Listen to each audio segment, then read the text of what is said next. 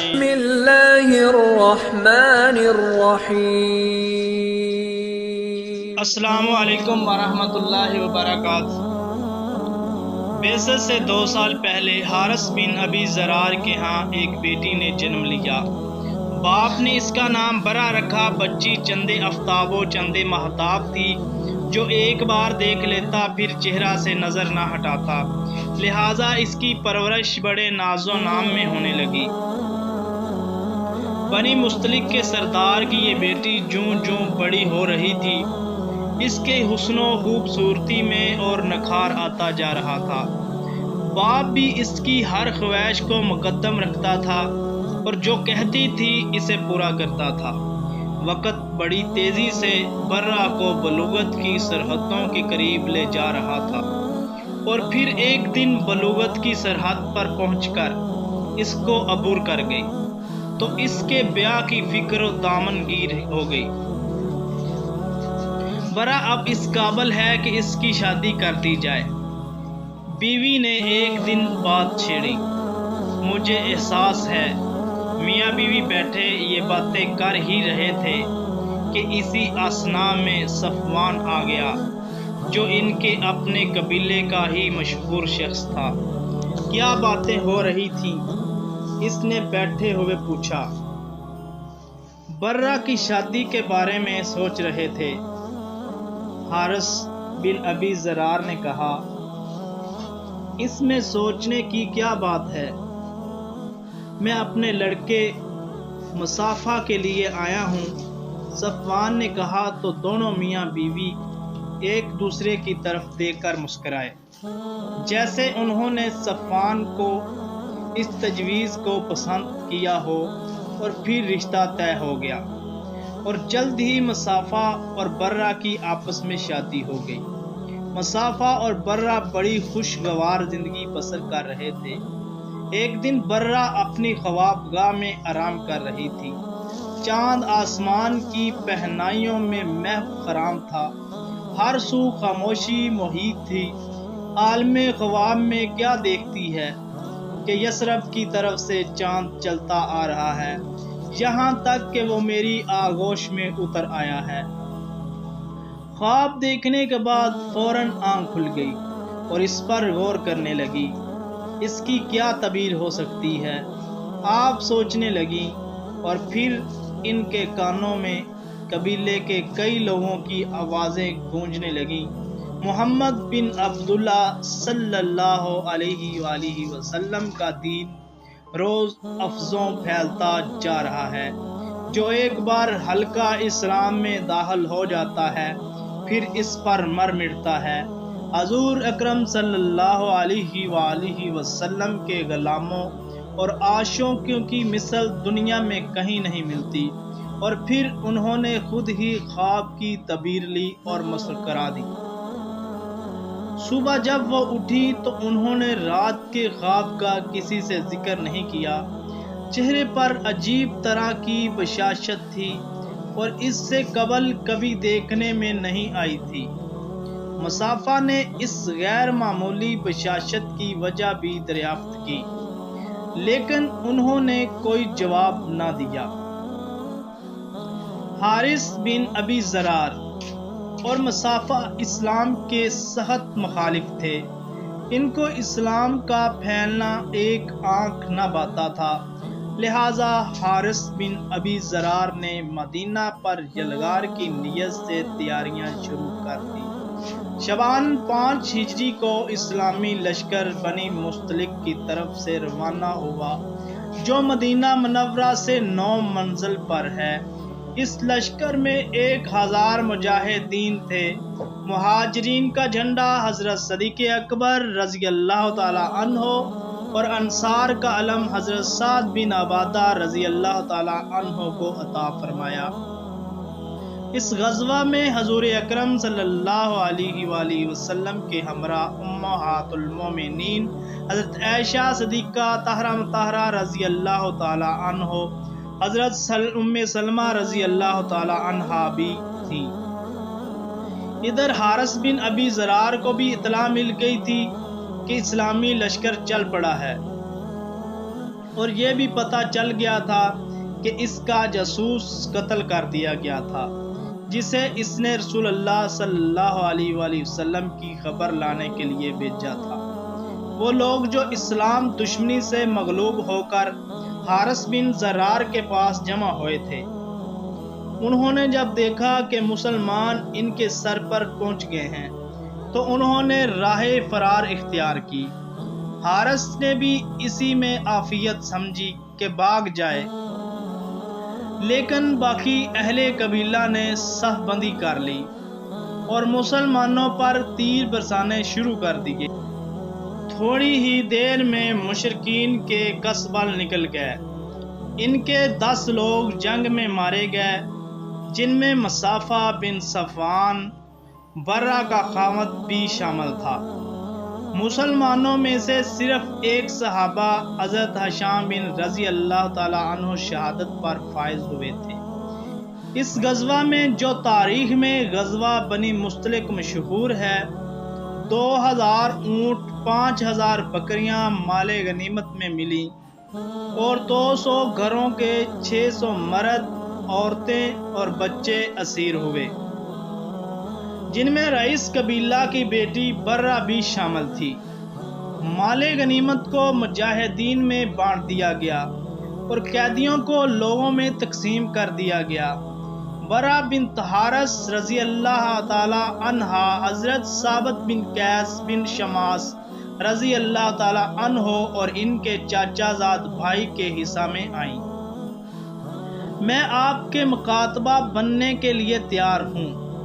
برہ بنت حارث نے حضرت ثابت بن قیس انصاری رضی اللہ تعالی عنہ سے کہا، ٹھیک ہے، آپ مجھے 9 اوقیہ سونا دے دیں، میں آپ کو آزاد کر دوں گا۔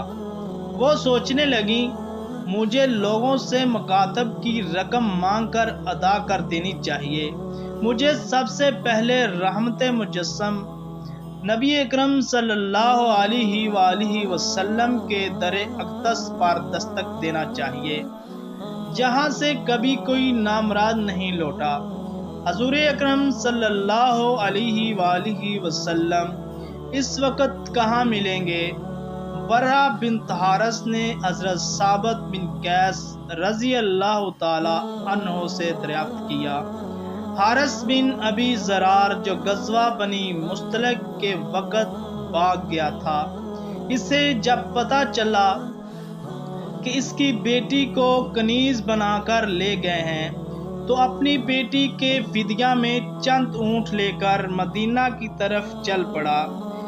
جب وہ اونٹ لے کر چلا تھا، ان میں سے 2 اونٹ اسے بہت پسند تھے، لہٰذا وہ اس نے وادی عقیق کی گھاٹیوں میں سے ایک گھاٹی میں چھپا دیے اور باقی اونٹ لے کر رسول اکرم صلی اللہ علیہ وآلہ وسلم کی خدمت اقدس میں پہنچا۔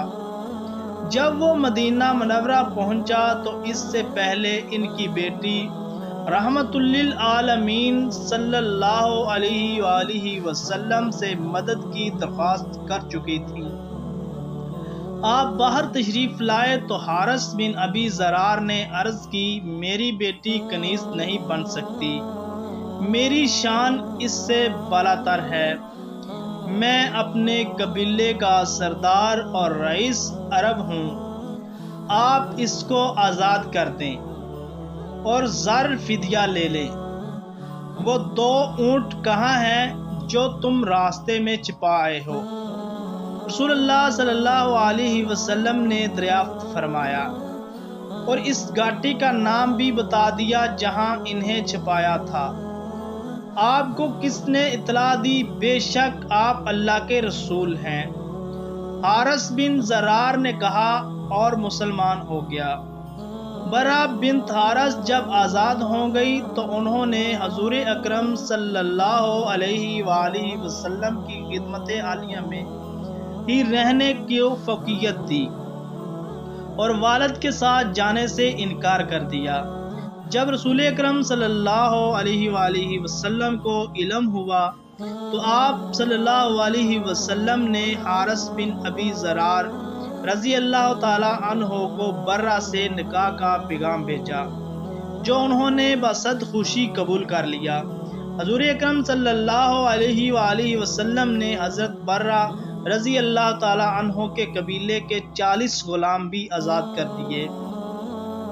آپ نے برہ کے نام بدل کر جویریہ رکھ دیا، اور اس طرح حضرت جویریہ رضی اللہ تعالی عنہا کا وہ خواب سچا ثابت ہوا جو انہوں نے کئی سال پہلے دیکھا تھا کہ یثرب سے چلتا ہوا چاند ان کی آغوش میں آ گیا ہے، اور جو تعبیر انہوں نے اس وقت نکالی تھی وہی نکلی۔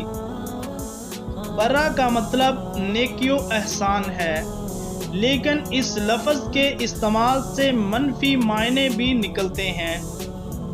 بقول حضرت برہ بن عازب رضی اللہ تعالی عنہ، حضور اکرم صلی اللہ علیہ وآلہ وسلم اس نام کو مکروہ جانتے تھے، اور اس بنا پر برہ کا نام بدل کر جویریہ رضی اللہ تعالی عنہا رکھ دیا تھا۔ جب لوگوں کو علم ہوا کہ آقائے نامدار در یتیم حضرت محمد کریم صلی اللہ علیہ وآلہ وسلم نے حضرت جویریہ بنت حارث رضی اللہ تعالی عنہا سے شادی کر لی ہے، تو لوگ بولے کیا رسول اکرم صلی اللہ علیہ وسلم کے سسرال والے غلام بنائے جائیں؟ ہرگز نہیں، یہ محبت کے منافی ہے۔ حضرت عائشہ صدیقہ طاہرہ مطہرہ رضی اللہ تعالی عنہا فرماتی تھیں، میں نے کسی عورت کو جویریہ رضی اللہ تعالی عنہا سے بڑھ کر اپنی قوم کے حق میں مبارک نہیں دیکھا۔ ان کے سبب بنو مستلق کے تمام گھرانے آزاد کر دیے گئے۔ امہات المومنین حضرت جویریہ بنت حارث رضی اللہ تعالی عنہا کے تمام بہن بھائی اور والد دولت اسلام سے مالا مال ہو گئے تھے۔ حضرت جویریہ رضی اللہ تعالی عنہا کے لیے مسجد نبوی کے قریب ہی امہات المومنین کے دوسرے حجرات سے متصل ایک حجرہ تعمیر کرا دیا گیا تھا۔ بقول ابن سعد اس کی دیواریں کچی اینٹوں کی اور چھت کھجوروں کی شاخوں سے بنائی گئی تھی، جسے گارے سے لیپ دیا گیا تھا۔ دروازے پر اونی ٹاٹ کا پردہ تھا، جس کا طول 3 ہاتھ اور عرض 1 ہاتھ تھا۔ ایک دن رحمت للعالمین صلی اللہ علیہ وآلہ وسلم وہاں موجود تھے، تو حضرت جویریہ رضی اللہ تعالی عنہا نے عرض کی، یا رسول اللہ صلی اللہ علیہ وآلہ وسلم، آپ کی دوسری عورتیں مجھ پر فخر کرتی ہیں کیا؟ جب انہوں نے بتایا تو آپ حضور صلی اللہ علیہ وآلہ وسلم نے فرمایا، کیا میں نے تمہارے مہر میں بڑی رقم ادا نہیں کی؟ کیا میں نے تمہاری قوم کے 40 غلام آزاد نہیں کیے؟ حضرت عائشہ صدیقہ طاہرہ مطہرہ رضی اللہ تعالی عنہا فرماتی ہیں، جویریہ رضی اللہ تعالی عنہا بڑی شیریں، موزوں اندام، ملیح اور صاحب حسن و جمال عورت تھیں، جو کوئی دیکھتا فریفتہ ہو جاتا تھا۔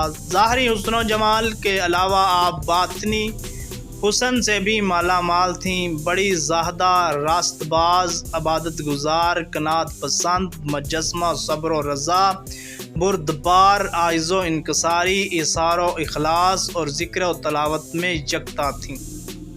یہ سب خوبیاں رسول اکرم صلی اللہ علیہ وآلہ وسلم کی بدولت اور تعلق سے نکھر کر ابھری تھی۔ پلیز اگر ہماری یہ ویڈیو آپ کو اچھی لگے پلیز لائک کریں، کمنٹ کریں، شیئر کریں اور ہمارے چینل ثمامہ وائس کو سبسکرائب کریں۔ جزاک اللہ۔